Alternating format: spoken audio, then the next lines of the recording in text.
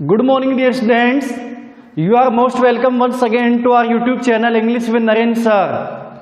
Dear students, today we are going to read future continuous tense. In our last video, we have studied future indefinite tense. Dear students, आज हम future continuous tense पढ़ेंगे। हमारे पिछले video में हम लोग future indefinite tense के बारे में पढ़ चुके हैं। तो आइए वीडियो की शुरुआत करते हैं। फ्यूचर कंटिन्यूस टेंस की हिंदी में पहचान। अब आपको आइडिया हो चुका होगा कि किसकी हिंदी में क्या पहचान होती होगी। तो इसकी हिंदी में पहचान है, हिंदी में वाक्य के अंत में क्या आता है? रहा होगा,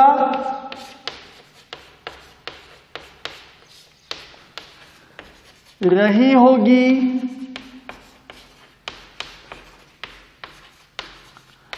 रहे होंगे,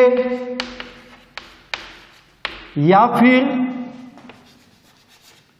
हुआ होगा, हुई होगी, अथवा हुए होंगे इत्यादि शब्द हिंदी में वाक्यों के अंत में आते हैं।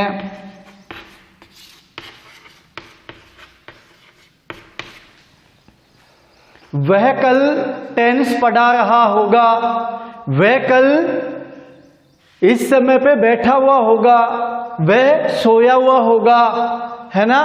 मैं तुम्हें टेंस पढ़ा रहा हूंगा। तो ये फ्यूचर की एक प्लानिंग होती है कि एक निश्चित समय पर फ्यूचर में हम लोग कोई काम कर रहे होंगे। तो फ्यूचर कंटिन्यूस टेंस में फ्यूचर टाइम में किसी पर्टिकुलर समय पर हम लोग एक प्लानिंग कर लेते हैं कि उस समय पे ये काम जारी हो रहा होगा, ऐसी हम कल्पना करते हैं। तो वो चीज फ्यूचर कंटिन्यूस टेंस कहलाती है। अब हम बात कर लेते हैं हेल्पिंग वर्ब की। देखिए डियर स्टूडेंट्स, इसकी हेल्पिंग वर्ब दो हैं। एक तो है SHALL शैल बी, और दूसरी है WILL विल बी। तो दो हेल्पिंग वर्ब है, शैल बी, विल बी। इससे पीछे वाले वीडियो में या पीछे वाले टेंस में हम पढ़ चुके थे कि फ्यूचर इंडेफिनिट टेंस में दो हेल्पिंग वर्ब है, शैल और विल। यहां थोड़ा सा चेंज है, शैल और विल के आगे क्या जुड़ा हुआ है? बी जुड़ा हुआ है। तो शैल बी और विल बी इसकी क्या हो गई? Helping verb. अब देखिए पीछे वाले जो वीडियो में हमने पढ़ा था कि फर्स्ट पर्सन प्रोनाउन, जिसके बारे में हम चर्चा कर चुके थे कि आई और वी फर्स्ट पर्सन होते हैं। जो बोलने वाला है वो तो फर्स्ट पर्सन हो गया, जो सुनने वाला है वो सेकंड पर्सन। सुनने वाला कौन हुआ? जैसे आप मुझे सुन रहे हो तो क्या हो गया? यू सेकंड पर्सन हो गए। और जिसके बारे में बात हो रही है, ही, सी, इट, नेम या दे, वो क्या हो गए? थर्ड पर्सन हो गए। तो फर्स्ट पर्सन जो प्रोनाउन है, चाहे वो सिंगुलर हो, सिंगुलर तो हो गया आई, और चाहे वो प्लूरल हो, प्लूरल क्या हो गया? वी। यानी आई और वी के साथ हम लोग शैल बी काम में लेंगे। अच्छा, विल बी किसके साथ काम में लेंगे? अब क्या बच गया? सेकंड पर्सन प्रोनाउन बच गया एंड थर्ड पर्सन प्रोनाउन बच गया, सिंगुलर प्लूरल दोनों। तो वी के बाद क्या बचा? यू। अब यू क्या है? सिंगुलर में भी यू काम में लेते हैं। जैसे एक बालक से मैं बात करूंगा तो मैं कहूंगा यू आर मुकेश। बहुत सारे बालकों से बात करूंगा तो you are my students, okay, या यू आर रीडिंग इंग्लिश। तो एक के लिए भी यू और बहुवचन के लिए भी यू। तो यू, उसके बाद ही, शी, इट, नेम। अब ये तो हो गए थर्ड पर्सन। देखो ये तो यू तो सेकंड पर्सन हो गया। He, she, it, name third person singular, सारे के सारे। ही एक लड़का, शी एक लड़की, इट किसी जानवर के लिए अथवा निर्जीव वस्तु के लिए काम में लेते हैं हम लोग। नेम ठीक है, तो नेम सिंगुलर हो गया और इन सब का प्लूरल क्या हो गया, THEY, दे। तो ही, यू हो गया, you, he, she, it, name और दे। इनके साथ हम क्या काम मिलेंगे, हेल्पिंग वर्ब विल बी काम मिलेंगे। यहां इस शब्द पे आप एक बार गौर कीजिए, IT, इट पे। मैंने अभी अभी आपको बताया कि किसी जानवर अथवा निर्जीव वस्तु के लिए हम इसको इट को काम में लेते हैं, लेकिन डियर स्टूडेंट्स कभी कभी हम लोग सजीव के लिए भी, सजीव का मतलब जानवर तो वैसे सजीव ही हो गया, व्यक्ति के लिए भी इसको काम में ले सकते हैं। लेकिन कब लेंगे हम इसको, जब काम में लेंगे कि when we do not know the gender of person.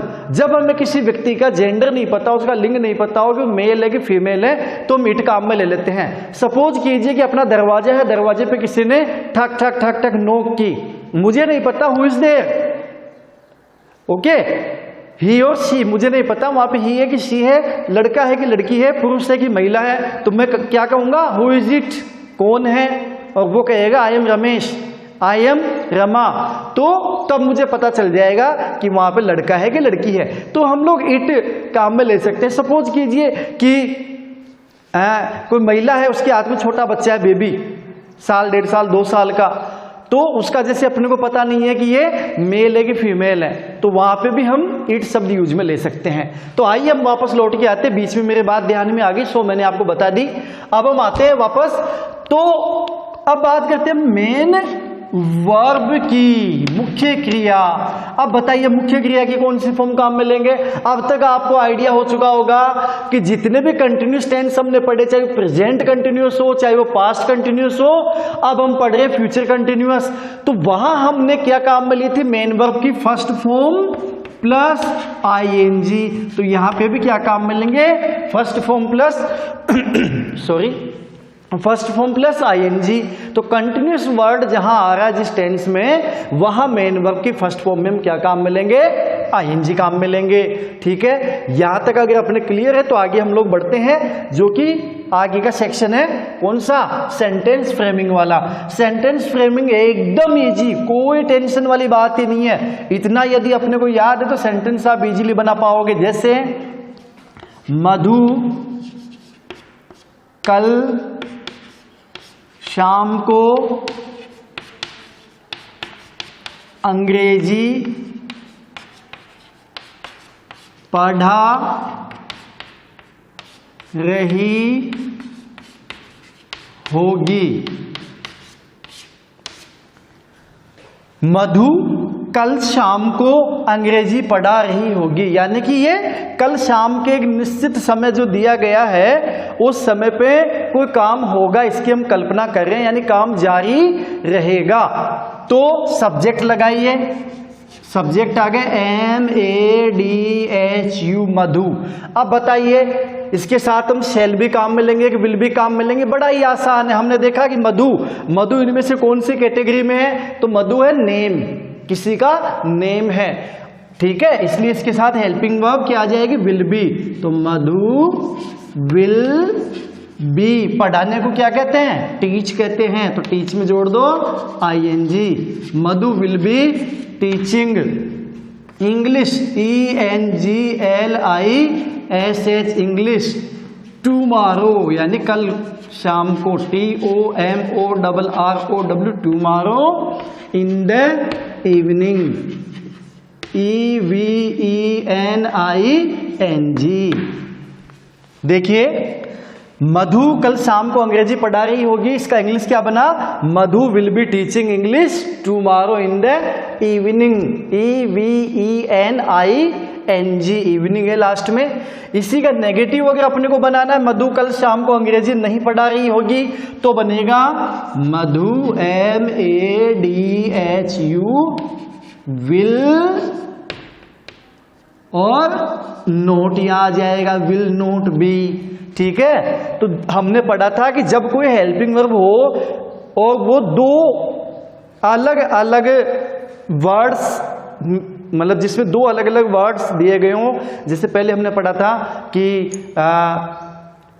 Has been, have been, had been, हम पहले पढ़ चुके थे। तो वहां पे हमने क्या किया था, दोनों जो हेल्पिंग वर्ब के दो पार्ट है उन दोनों के बीच में नोट लगाया था, तो वही काम यहां कर देंगे, विल और बी के बीच में नोट आ जाएगा। तो Madhu will note be teaching, TEACHING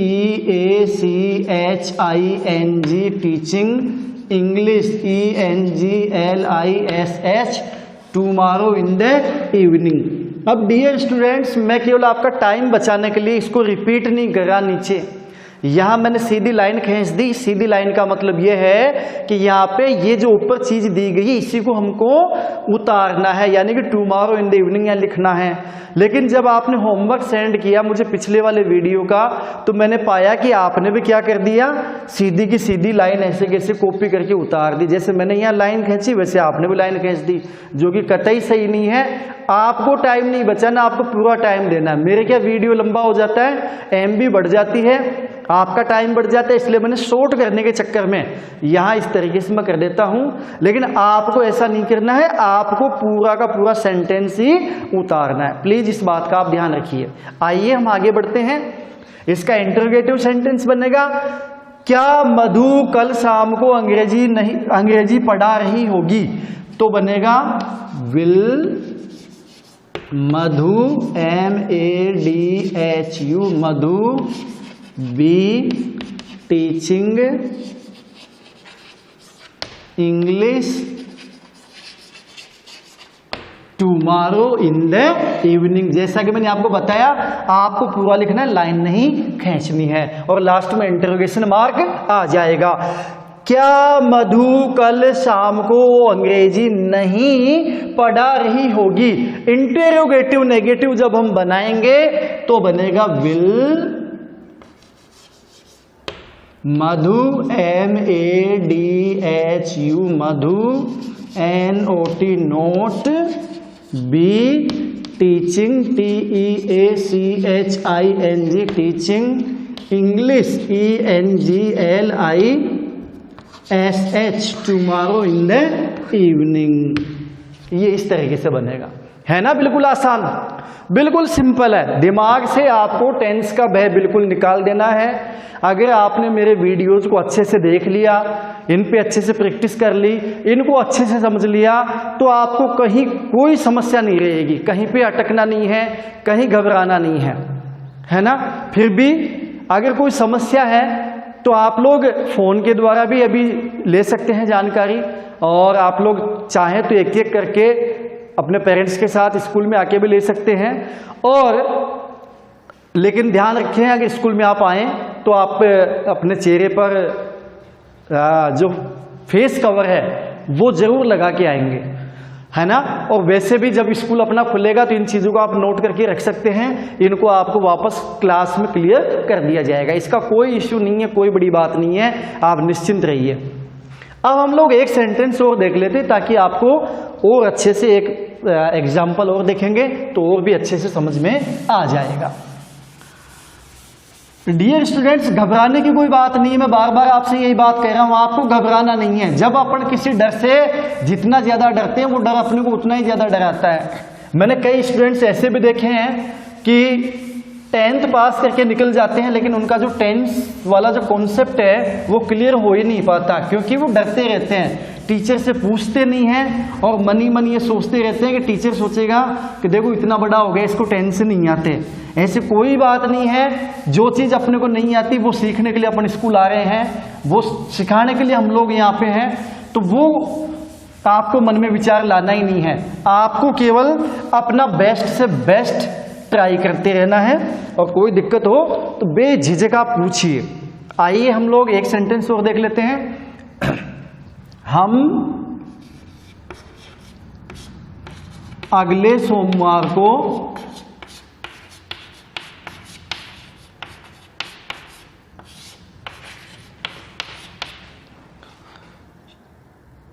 गणतंत्र दिवस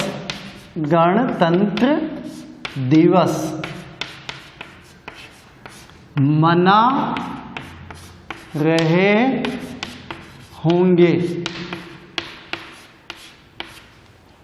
देखिए, सब्जेक्ट कौन हुआ? हम क्या है? जैसा कि मैंने बताया कि फर्स्ट पर्सन है, आई और वी फर्स्ट पर्सन होते हैं। अब आई तो कैसा है, सिंगुलर है, एक वचन है, और वी क्या है, आई का प्लूरल यानी कि बहुवचन, हम हो गए।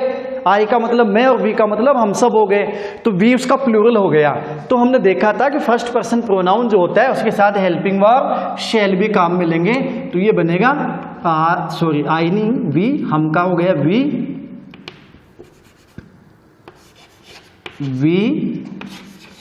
शैल बी, मनाने को क्या कहेंगे, celebrating, CELEBRATING, celebrating.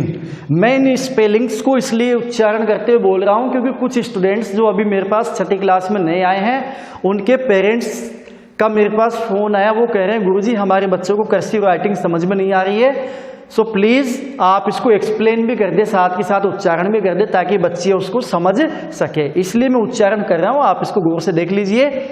VSHALL shall be, CELEBRATING,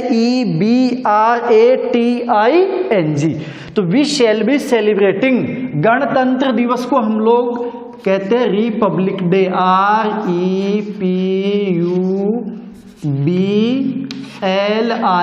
Republic day.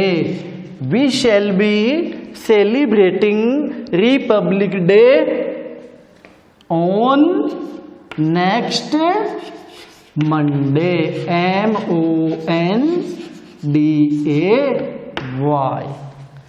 वापस देखिए, we shall be celebrating Republic Day on next Monday.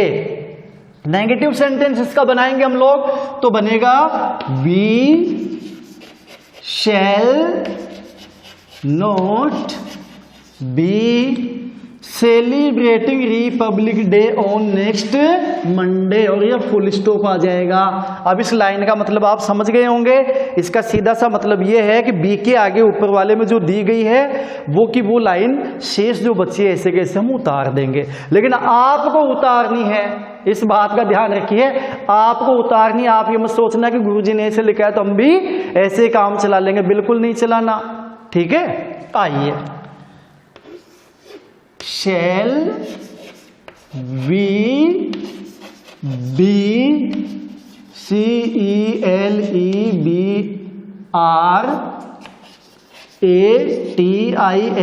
Celebrating Republic Day on next Monday, और लास्ट में interrogation mark.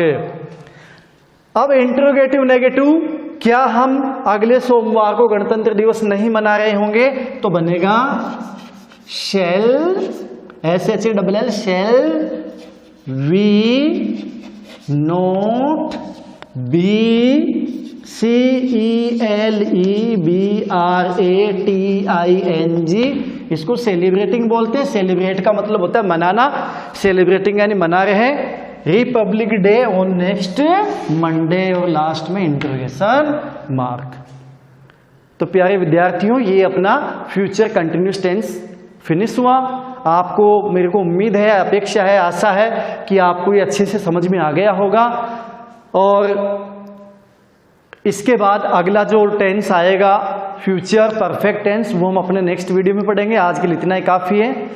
Thanks for watching my video and you are also requested to subscribe my YouTube channel.